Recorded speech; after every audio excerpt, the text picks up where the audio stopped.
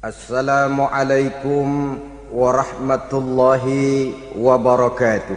Waalaikumsalam warahmatullahi wabarakatuh.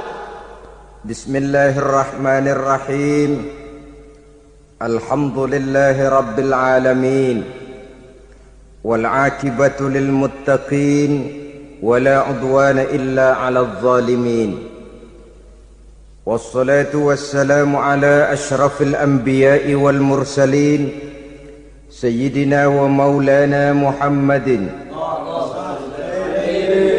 wa ala alihi wa ashabihil mujahidin at-tahirin, amma ba'du. Saudara-saudara kaum muslimin rahimakumullah. Zaman sekarang banyak racun mereknya madu.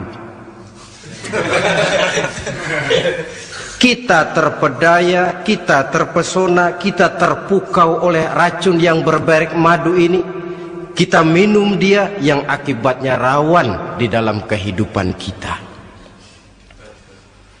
Sangat banyak racun-racun yang terpancang di sepanjang perjalanan hidup kita ini.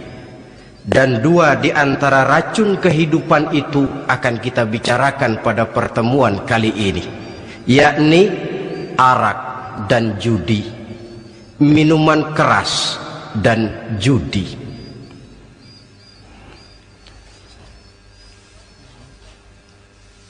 Sebagai yang kita maklum bahwa Islam bertujuan memelihara kemuliaan manusia yang diciptakan fi ahsani takwim, dalam bentuk yang paling sempurna. Arak atau minuman keras jelas merupakan hal yang merusak dari berbagai aspek kehidupan, entah kesehatan tubuh, entah pertumbuhan akal, ketentraman rumah tangga, ketentraman masyarakat, bangsa dan negara. Cobalah sejenak kita adakan penyelidikan. Kalau masuk kita ke dalam penjara, melihat sel-sel di sana, berapa banyak yang mendekam di sel karena urusan minuman keras. Masuk kita ke rumah sakit, berapa banyak yang dirawat akibat minuman keras, akibat stres yang dialaminya. Berapa banyak rumah tangga berantakan, berapa banyak pembunuhan terjadi, pemerkosaan terjadi akibat daripada minuman keras ini. Yang paling ironi kalau dia sudah menyerang anak-anak muda kita. Padahal kita tahu remaja pemuda adalah bentuk miniatur daripada kehidupan suatu bangsa. Akan bagaimana warna Indonesia 20, 30, 40 tahun yang akan datang, remaja dan pemuda kita jawabannya. Bahkan dari segi agama pun, akan bagaimana warna Islam di Indonesia 20, 30 tahun yang akan datang, remaja itu pula jawabannya. Karena itu tidak terlalu berlebihan kalau saya berkata bahwa untuk menghancurkan Islam di Indonesia ini tidak perlu menghancurkan pondok pesantren, tidak perlu menutup masjid, melarang pengajian, menyegel musola, tidak perlu. Untuk menghancurkan Islam di Indonesia cukup dengan meracuni remaja, pemuda-pemudi Islam di Indonesia. Kalau mereka sudah diracuni, dijauhkan dari agamanya, masalahnya tinggal menunggu pergantian generasi. Maka yang jadi pilot proyek jelas remaja, pemuda, termasuk dengan menanamkan pengaruh minuman keras. Ditanamkan ke tengah remaja kita ini untuk jauh dari tuntunan agama. Hei pemuda-pemuda Islam, kalau kau mau jadi pemuda modern, jangan dekat-dekat ke masjid. Masjid khusus 60 tahun ke atas. Sepertinya di depan masjid itu ada papan pengumuman masjid khusus 60 tahun ke atas. Baca Quran kolot. Seiring dengan itu lalu modernisasi diartikan dengan westernisasi. Kau tidak akan bisa jadi pemuda modern sebelum semua yang datang dari barat kau telan mentah-mentah. Kau harus bisa bergaul seperti orang barat, berumah tangga macam orang barat, makan minum seperti orang barat. Kalau nyanyi lagu barat yang orang lain nggak ngerti, kamu juga nggak tahu.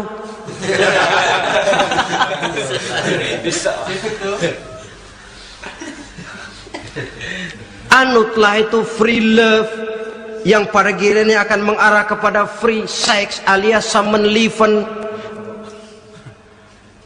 Isaplah itu ganja, morfin, narkotik. Jikalau sudah terlena kita dengan itu, maka kehancuran suatu bangsa sesungguhnya sudah dimulai. Penyakit minuman keras ini bukan cuma penyakit zaman ini. Masyarakat yang dihadapi oleh Rasulullah Sallallahu Alaihi Wasallam 14 abad yang lalu juga masyarakat yang kemaruk dengan minuman keras. Arab jahiliyah kalau sudah minum arak mabuk, tidak cuma minum, dia mandi pakai arak. Sistem pendidikan yang disampaikan Islam bijaksana. Mula-mula diberikan gambaran bahwa arak itu walaupun ada manfaatnya tapi ada bahayanya, dan bahayanya jauh lebih besar daripada manfaatnya. Tahap kedua diberikan pesan jangan mendekati solat dalam keadaan mabuk. Padahal solat 1 hari 1 malam 5 kali, artinya makin jauh saja dia dari arak itu. Pada saat kondisi iman sudah memungkinkan, barulah turun vonis bahwa arak itu najis, perbuatan setan, jauhi. Yang ironi yang saya katakan tadi, racun mereknya madu. Kadang-kadang kita dibuai dengan iklan yang tidak mendidik. Saya pernah lihat ada iklan misalnya, Anda ingin modern, majulah bersama minuman ini. Atau minuman ini lambang pergaulan dunia yang maju. Modern diukur dari minuman. Yang jadi korban akhirnya remaja dan pemuda-pemudi kita. Saya teringat satu analisa dari Rasulullah Sallallahu Alaihi Wasallam. Beliau bersabda, Inna min asratis sa'ah, sesungguhnya di antara tanda-tanda kiamat. Apa kiamat itu? Dalam arti yang umum, kiamat itu saat dimana alam ini hancur, bumi gempa, air laut tumpah ke darat, gunung meletus, planet-planet bertabrakan, lalu semua yang bernama hidup mati. Itu kiamat beneran. Saya nggak mau cerita kiamat beneran sebab saya sendiri nggak kepengen ngalamin. Yang sering kita ngalami ini kiamat kecil-kecilan, kiamat mini. Apa kiamat mini itu? Hancurnya sendi-sendi kehidupan sosial. Maksiat merajalela, munkarat menjadi-jadi. Yang ma'ruf dianggap munkar, yang munkar malah menjadi ma'ruf. Yang salah disanjung-sanjung, yang benar dicaci maki. Tuntunan dianggap tontonan, tontonan malah jadi tuntunan. Kan kiamat kalau sudah begitu. Penjungkiran nilai. Kenapa hal semacam ini bisa terjadi? Penyebabnya kata Nabi, pertama ayyurfa'al ilmu. Ilmu diangkat oleh Allah. Bagaimana cara Allah mengangkat ilmu dan apa maksudnya itu? Allah mengangkat ilmu itu, saudara, caranya pertama dengan mewafatkan ulama. Makin banyak ulama wafat, makin banyak ilmu ditarik. Yang kedua, kurangnya minat orang untuk belajar agama. Kalau sudah klop macam itu, artinya agama sudah disudutkan ke pojok-pojok kehidupan. Agama cuma sekedar tinggal dekorasi. Agama cuma seminar, cuma kongres, cuma muktamar. Tapi bahwa agama merupakan realita dalam kehidupan, itu tidak pernah terwujud. Kalau ulama sudah tiada, minat orang belajar agama berkurang, maka ajaran Allah tidak lagi didengungkan orang. Dikala itu wa yudharul jahlu, akan muncullah kebodohan, nampak kebodohan di mana-mana. Muncul permissive society, masyarakat yang merasa boleh hidup dengan kaidah serba boleh.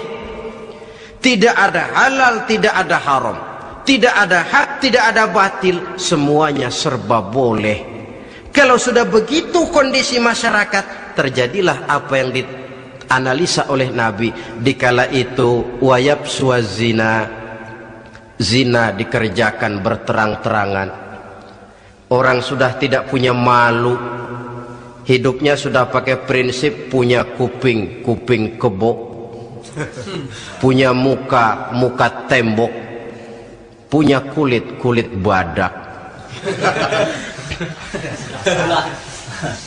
Kalau juga dikasih tahu, malu dong kau tinggal serumah belum nikah. Malu sama siapa? Masyarakat. Allah, masyarakat cuek aja. Cuek.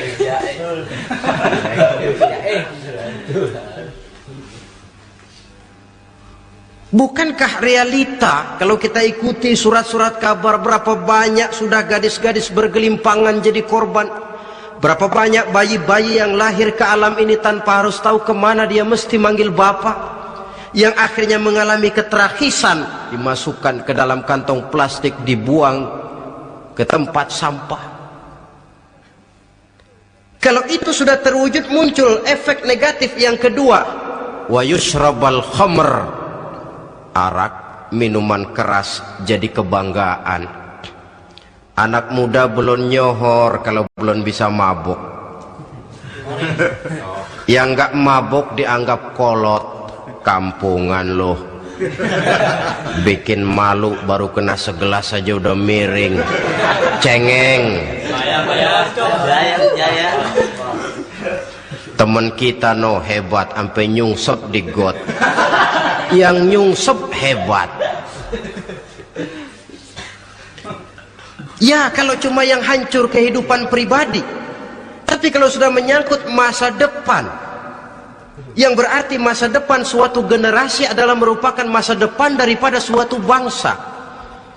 Begitu kerasnya Islam ini melarang minuman keras, sampai bukan cuma sekedar meminumnya saja yang diharamkan, tetapi juga dilarang mengimportnya, memproduksinya, membuka warung yang menjual minuman keras, atau bekerja di tempat penjualan minuman keras. Ada juga yang nyerempet-nyerempet, Pak, kalau sedikit kan nggak apa-apa, nggak mabuk ini. Nah, saya ingatkan hadis Nabi diriwayatkan oleh Imam Ahmad, Abu Daud dan Turmuzi. Nabi bersabda, ma askara kathiruhu faqaliluhu haramun. Apa yang banyaknya menyebabkan mabuk, sedikitnya pun tetap haram hukumnya. Memang barangkali mungkin ada manfaatnya, tetapi bahayanya jelas lebih besar ketimbang manfaat yang bisa timbul daripada jenis minuman keras itu sendiri. Dalam hadis lain Nabi pesankan, man kana yu'minu billahi wal yawmil akhir fala yaq'udu ala ma'idatin taduru 'alaiha al-khamru. Siapa yang beriman kepada Allah dan beriman kepada hari akhirat, jangan dia duduk di dalam satu pertemuan yang di dalam pertemuan itu diedarkan minuman keras. Masuk ke dalam lingkungan macam itu saja tidak diperkenankan. Kenapa? Asyariku fi syarri syarrun. Bersekutu dengan kejahatan, jahat juga hukumnya.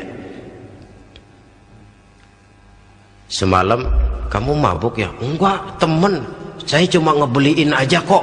Apalagi ngebeliin.